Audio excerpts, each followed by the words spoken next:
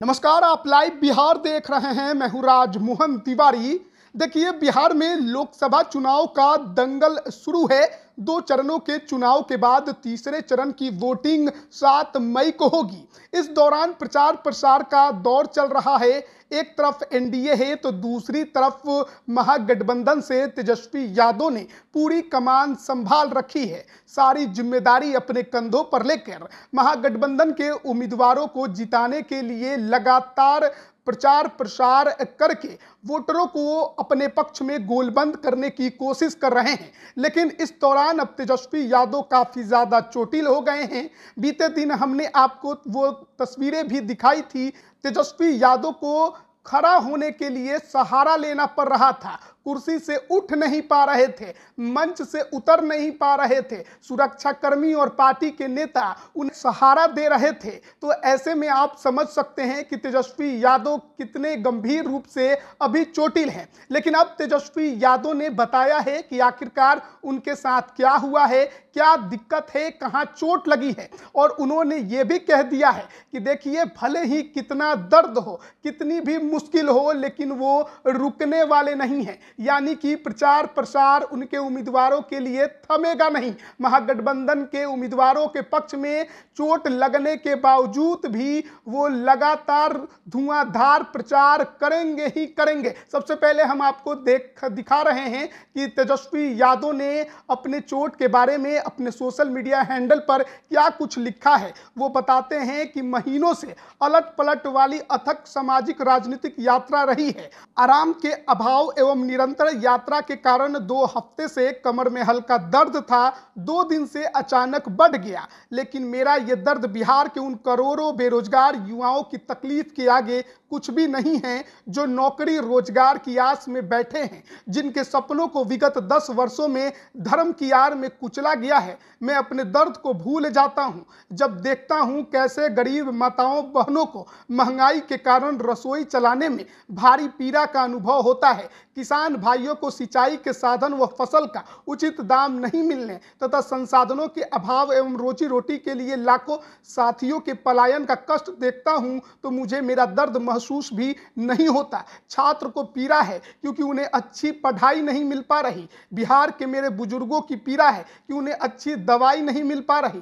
थाना और ब्लॉक के भ्रष्टाचार से आम जन परेशान है। हर वर्ग को पीड़ा है क्योंकि उनके अधिकार, उनका न्याय उन्हें नहीं मिल पा रहा है। मैं इन सबों की तकलीफ में अपने आप को साझीदार मानता हूं। बिहार में एनडीए सरकार से जनता त्रस्त है। ऐसे में यदि मैंने अपनी पीड़ा की चिंता की और ये कदम रुक गए तो फिर लोगों की उम्मीदें भी बुझ जाएंगी तथा महंगाई, तानाशाही, अत्याचार और अन्याय की आग में बिहार झुलसता रहेगा। इसलिए मैंने तय किया है कि भले ही बाधा कितनी हो, भले ही दर्द कितना हो, रुकना नहीं है, झुकना नहीं है और थकना नहीं है। लक्ष्य की प्राप्ति तक चलते जाना है, बढ़ते जाना है, जीतते जाना है, जिताते जाना है। लक्ष्य प्राप्त किए बिना रुकना मेरे खून में नहीं है। तो तेजस्वी यादव ने अपने इस सोशल मीडिया पोस्ट के जरिए एक बात तो साफ कर दिया है कि तकलीफ भले ही उनके शरीर में क्यों ना हो,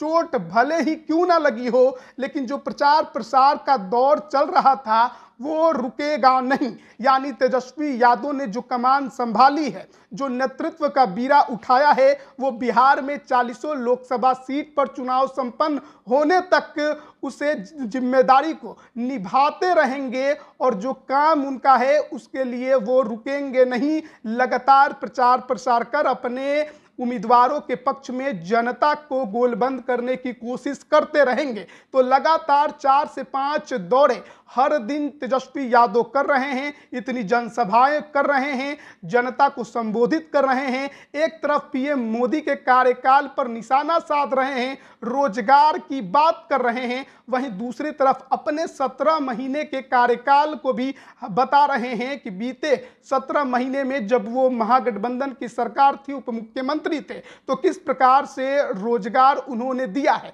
तेजस्वी यादव ने नीतीश कुमार पर भले ही जोर का कटाक्ष ना किया हो, लेकिन घेरने से जरा भी बाज नहीं आ रहे और ऐसे में फिलहाल उनके साथ कंधा से कंधा मिलाकर वीआईपी सुप्रीमो मुकेश सहनी भी चल रहे हैं। तो तेजस्वी यादव ने तो ऐलान कर दिया कि चोट लगी है, कमर में दर्द है, लेकिन फिलहाल वो रुकेंगे नहीं। यानी कि जो प्रचार प्रसार का दौर है, जो उनके महागठबंधन के उम्मीदवारों के लिए वो जनसभा कर रहे थे, वो अब भी जारी रहेगा। तो एक तरफ एनडीए के बड़े बड़े तमाम नेता मैदान में उतरकर अपने उम्मीदवारों के पक्ष में एकजुटता के साथ प्रचार प्रसार कर रहे हैं, तो दूसरी तरफ अकेले बिहार में एक बार फिर से तेजस्वी यादव ने कमान संभाली है।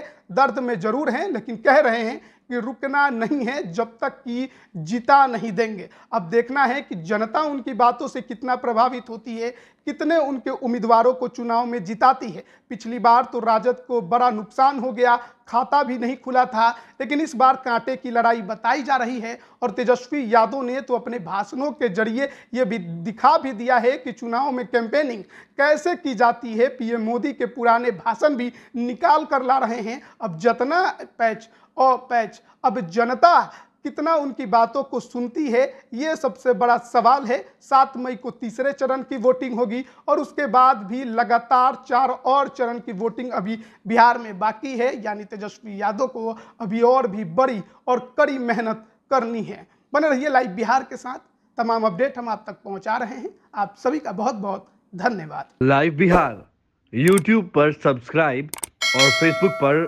लाइक जरूर करें।